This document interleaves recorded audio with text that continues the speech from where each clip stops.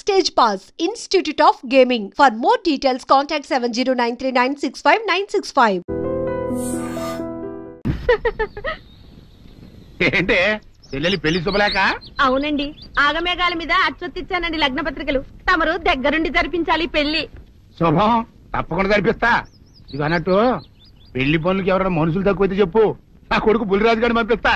చింతకాయం కాదు, మా ఇంటి నిండా బోల్డ్ మంది పనోళ్ళు పాలేర్లు. అసలే మాది ఇప్పుడు తొరల వంశం. వస్తానండి, అవతల బోల్డ్ మందికి వంచాలి లగ్న పత్రికలు.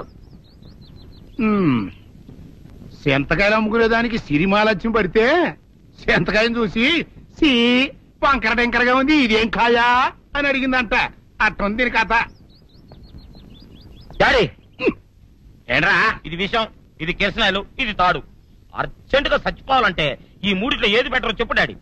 ఈ ఇసం తాగి ఈ కిరసనాయలు మీద వేసుకుని ఈ తాడు ఊరేసుకుని అగ్గిపూల లపక్కన వెలిగించుకున్నారనుకో, టపక్కన ఎగిరిపోతారా.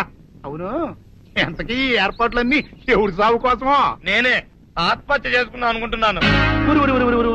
నా బావి పేసినంట, నువ్వు బతికొండంగానే నీ ముఖం పగలు చూస్తే రేత్రి కల్లోకి వస్తుంది.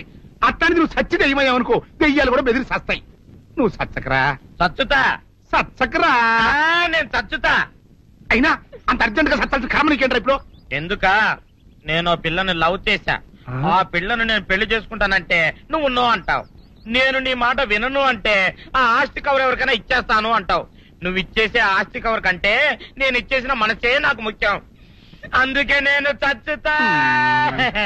అదే విషయం.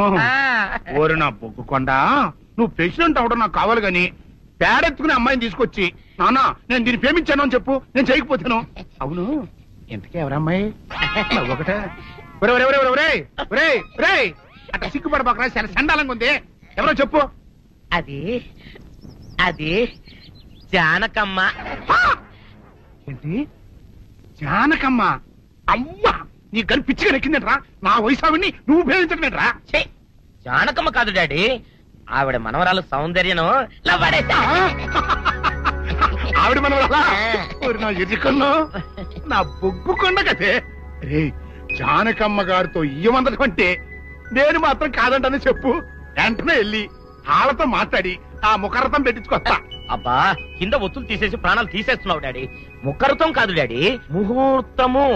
ముహూర్తము అదేలా ముఖరథము, అదే పెట్టించుకొస్తా. డాడీ, నేను ఇంకో డాడీ కాకుండా నీకే పుట్టినందుకు నాకు పిచ్చి హ్యాపీగా ఉంది డాడీ. ఆనందమానందమాయనే ఈ అందగాడు పెళ్లి కొడుకాయనే. తాతబ్బాయి గారు, ఈ శుభ సమయంలో మీకు విషయం చెప్పాలండి. మా బుల్లిరాజు గారు పుట్టినప్పుడు నా గురించి డాడీ చెప్పు. మా బుల్లిరాజు గారు పుట్టినప్పుడు మా ఆవిడికి పురుడు పోసిన మంత్రసాని చూసి పుట్టింది పంది పిల్లేమో అనుకుని అని అడిచి ముడిచిపోయిందండి. డాడీ ఇప్పుడు ఎవరినెందుకు? ఊరుకోవా, మన జీవితాల్లో గొప్ప ఈ చిత్రాలు జరిగినప్పుడు 10 మందికి చెప్పుకోవాలా. ఇప్పుడు మంత్రసాని మూర్చిపోయింది కదండి.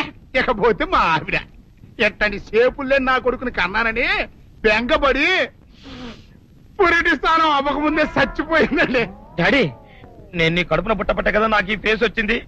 నేను ఇంకొక నాన్నకు పుట్టిన అందంగా నన్ను పుట్టుండేవాడిని. ఇక చూడు, కాకి పిల్ల కాకి ముద్దురా. నీ మొహం ఎప్పుడు నాకు ముద్దొత్తనే ఉంటుందిరా కన్నా. ఇకపోతే మా ఆవిడ చచ్చిపోయింది కదండి. ఈయన్ని ఎత్తుకోవడానికి వచ్చిన పని పిల్లలండి ఈయన చూసి దడుచుకుని పరుగో పారిపోయేవారండి. అసలు ఈడికి ఈ జన్మలో పెళ్ళవుద్దా అని నేను ఆడవని రోజు లేదనుకోండి. అట్లాంటిది మా బుల్లిరాజు గారికి మీ అమ్మాయితో పెళ్లి కుదరటం నిజంగా మా అదృష్టం కదండి. ఎంత మాట, మీలాంటి వారితో వీయమంతరం మా అదృష్టం. అలాగే అంత మాట్లాడతారు. పొంతులు గారు మొకరథం పెట్టేయండి. అయ్యా, ఈనాటికి సరిగ్గా 4వ రోజుకు ఓ మంచి దివ్యమైన ముహూర్తం ఉంది. అయితే అదే కాయ చేసేయండి. ఏంటండి అట్లాగే ఏమనే, మా ఓడికి పెళ్లి ఖాయమైతే మా నూరు దేవాలయంలో దేవుడికి అభిషేకం చేయిస్తానని మొక్కుకున్నానంటే ఆ అభిషేకం ఇలా జరిపిస్తున్నాను. మీరందరూ పెళ్లి కూతురు తీసుకుని తప్పకుండా రావాలి. అమ్మో జానకమ్మా, నువ్వు కూడా తప్పకుండా రావాలి. ఎంత మాట, తప్పకుండా వస్తాను. అట్లాగేనమ్మా, వస్తానండి.